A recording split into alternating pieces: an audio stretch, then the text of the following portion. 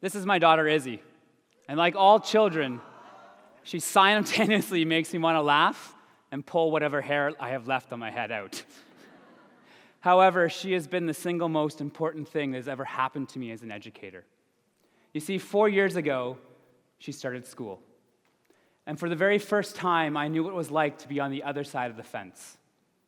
Because of Izzy, she made me question who I was as an educator. She made me think why my students were in that classroom. And more importantly, she made me think what school was all about. Today, I want to share a little bit about this journey. But more importantly, I want to make you think about one thing. Children want to matter. This is Izzy on the very first day of kindergarten. By the sounds of your voices, you think she's kind of cute. And though I'm a little biased, I would have to agree with you. However, she's not the easiest child to get along with. And in fact, she got in a lot of physical fights with both her teacher and her peers. I know it's hard to believe. And this caused a not so positive experience for her in her kindergarten. But this also caused my wife and I to go on an amazing journey that we're still on. We took her to a lot of consults. We took her to see some occupational therapy and finally speech, where we found out that she was the first percentile for expressive language and 56th percentile for receptive language. Basically, she could take everything in, but could not tell you how she was feeling. No wonder she struggled in kindergarten. It was also around this time that Angela Mayer spoke at a conference where she said these two words, "You matter." And she said that these two words will change the lives of children and affect their future forever. You can see why these two words really resonated with me. I was also reading a book called The Explosive Child by Dr. Ross Greene at this point, for obvious reasons. Dr. Greene talks about the collaborative problem-solving approach for dealing with behavior.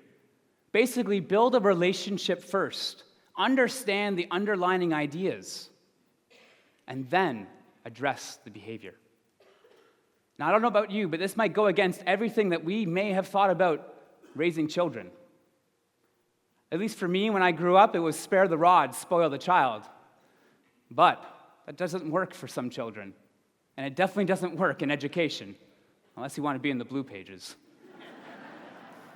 But my daughter is not alone in this journey. There are many children that we have in our school system that are just misunderstood. This is one of my students that I had last year. And before he came to our school, we were told that he was a big behavior. Basically, we were told, watch out. And so I did watch out for a bit. But I didn't notice that behavior. What I noticed was high anxiety, reclusiveness. He didn't even want to make friends. And so I pulled him aside and I said to him, "Hey, what's up?" And we had a big, long chat. But in that conversation, he goes to me, "You know, Mr. So, the other school just thought I was annoying." I chuckled a little because I also said, "Well, I think you're annoying too." But I love that part about you. In fact, that's what makes me like you even more. You see, this child was not a behavior. He was just misunderstood. Daniel Seeger, author of No Drama Discipline, offers this acronym to think about misbehaviors. He says, when you think of behaviors, think of this. Children act out when they are hungry, angry, lonely, and tired. In fact, most adults do as well. I was so proud of this student at the end of the year. He came to me and said, "Mr. So, I can't control my anger at the moment. It's not the people around me, it's me, and I need a break."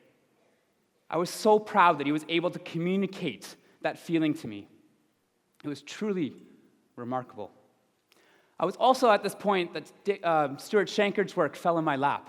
This has probably been one of the most influential pieces of literature that I have read in a very long time, both as an educator and as a parent. Stuart says at the beginning of his book that he's never met a bad child. I want you to think about that for a minute, because I know we've all had the stories or heard those stories of that child. In fact, I probably was that child. But there's nothing like a healthy dose of reality to put everything into perspective. And it was amazing to see huge changes in my daughter as my wife and I put in some places around anxiety, But more importantly, the following year, her teacher put in some great relationship building. And there was one day that I picked up my daughter from school, and she goes, "You know what Izzy came to school in today?" I was like, "Oh boy." She came in with goggles and a house coat in the middle of September heat wave. And I was like, "Oh, great." But she said, "No, it was like the Big Lebowski." And I just had to laugh. Because this teacher understood who my daughter was in a nutshell. She knew the story that was behind all the stories. And so you can see why when Angela stood in front of the crowd and said those two words, "You matter," why those words resonated with me so much. In fact, it resonated with me so much that I started at that very moment a You Matter board with my students.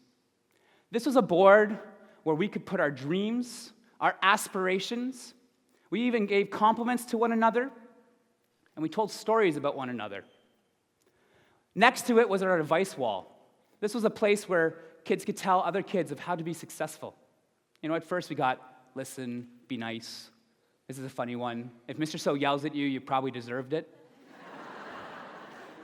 But I got these ones as well. Be with people who make you better. Love. Be outstanding. It was at that moment that I saw a real change in my students. We also started community circles.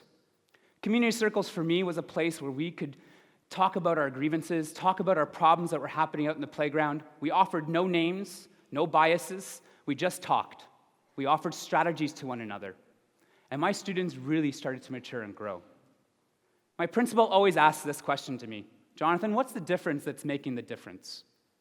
And at this moment, I didn't really know what to say to them. So I asked them, I said, "What is the difference that's making the difference?" You know what they said to me? "You listen." I was like, "Really? What do you mean by that? I listen?"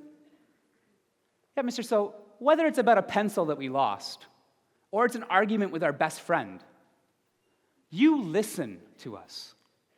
You don't offer judgment. You listen and then offer suggestions." Wow, listen. I want to offer another story to you. This happened when my daughter was 5 years old. My daughter wanted to make a fire truck in Minecraft. At this point in time, I had no idea what Minecraft was. So she goes, "Don't worry, Daddy. We can YouTube it." And so she did. She YouTubed it herself and designed and built a fire truck in Minecraft. Like all my students, Izzy has an amazing story. And of course, downfalls. But that's what makes her special. For the very first time last year, I had an emotional connection to my students that I've never had before. Now, for those of you who know me, you can even ask my wife, I'm traditionally not an emotional person. But I cried almost putting together the slideshow at the end of the year. And it was because I knew who my students were, as if I knew my own kids. We've heard amazing things today. You are amazing people, or you wouldn't be spending the last hour, and even then more so, listening to amazing talks. You know of all the truly innovative classrooms that we have heard about or seen in the news. But I want to ask you one thing. If children don't want to be there, does all of that really matter? When Angela said those two words, "You matter," they will change lives.